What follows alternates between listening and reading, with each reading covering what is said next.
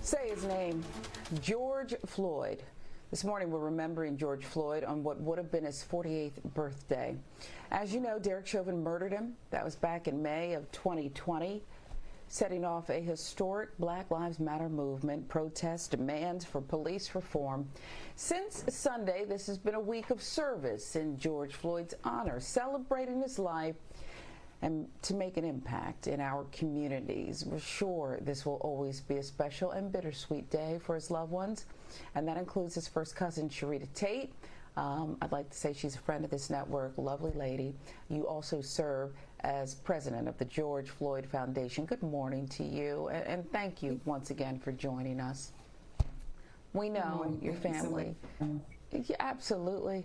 We know your family's still grieving this loss, your cousin's murder, and everything that surrounded it, because there's no blueprint for that. So I want to know how everybody's doing this morning, especially Gianna, his daughter.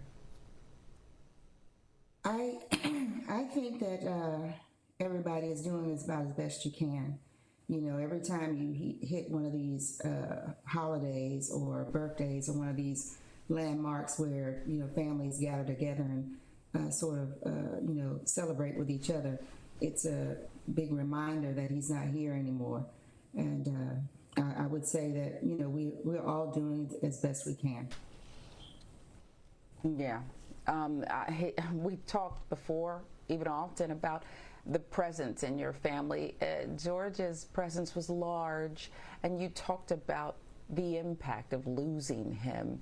The former officer, Derek Chauvin, in prison now, serving that 22 and a half years in prison. The other 3 police officers, they'll go on trial in March. What does your family hope will be the outcome? Does that matter to you as much as the first one, or is it time for you to grieve the loss and let the justice system do what it does? No, they all matter to us. We are just as adamant about watching these other 3 officers be held accountable in the same way as Derek Chauvin, because in our minds, they all are equally responsible for his murder. I want to know how you feel about the Texas parole board, Shareeduh. They're recommending that there be a posthumous pardon for your cousin.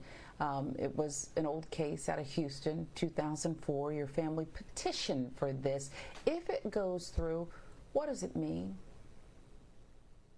Well, it means a lot to us. I remember when one of the attorneys reached out to me. Actually, I was still in Minneapolis, wanting us to, you know, what were our thoughts about it.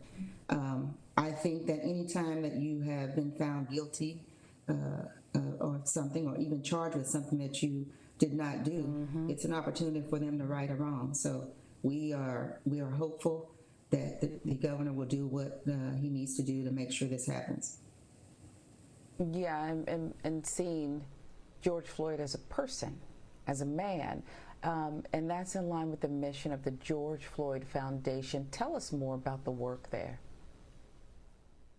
Well, the foundation, obviously there are 3 areas that we really focus on. One, of course, is the social justice piece, where we're working towards things like the George Floyd Police Reforming Act.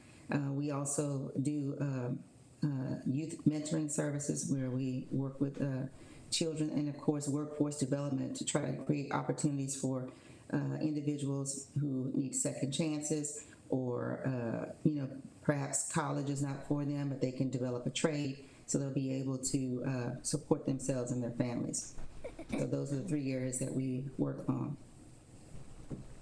And I know so many people can't forget your cousin, his legacy. How can they support the foundation? Well, I think, one of the main things that they can do, we have a lot of people who, obviously are willing to volunteer to help us to engage in the community when we do things like helping with voters registration, because that is a huge, huge piece. It's a power that each of us possess. If we can get people to register, and then after register, not allow anything to stop them from getting their vote cast. Yeah, you're such a beautiful family. Thousands of volunteers. It's like they can feel part of your family, Fayetteville, North Carolina, where George was born. They've been participating in various community projects for the first ever George Floyd Volunteerism Week, honoring his legacy again. What can you tell us about the effort, and also what people are representing to you, because they say things to you, your family, how much they feel this loss? You know, it's one of the things that we have been able to recognize from the very beginning, and it has not faded. Quite honestly, there are still people who come up to us and tell us, you know, how profound this was. You know, we've had some Caucasian people from other nationalities say how they were kind of blind to, you know, what was happening until they actually watched this all play out. And there's a real sincere interest in getting involved and doing whatever they can to support our efforts to keep his legacy going and to really make some changes that will be instrumental in making it better for children and you know, people of color for generations to come. You have been through so much, your family, of course. Again, we can't imagine it, but I feel like I know your family. We feel like we got to know your family because you've shared so much with us.